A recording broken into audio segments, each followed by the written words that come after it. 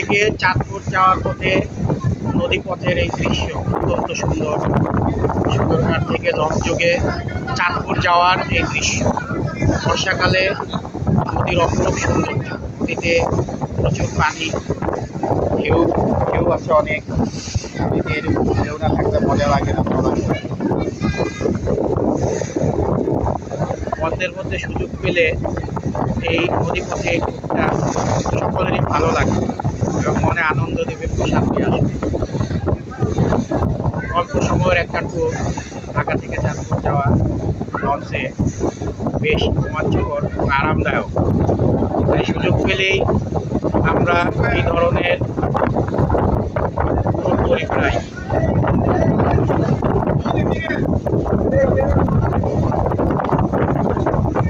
বন্ধুরা বেশ আনন্দিত আজকের এই সুন্দর আবহাওয়াতে।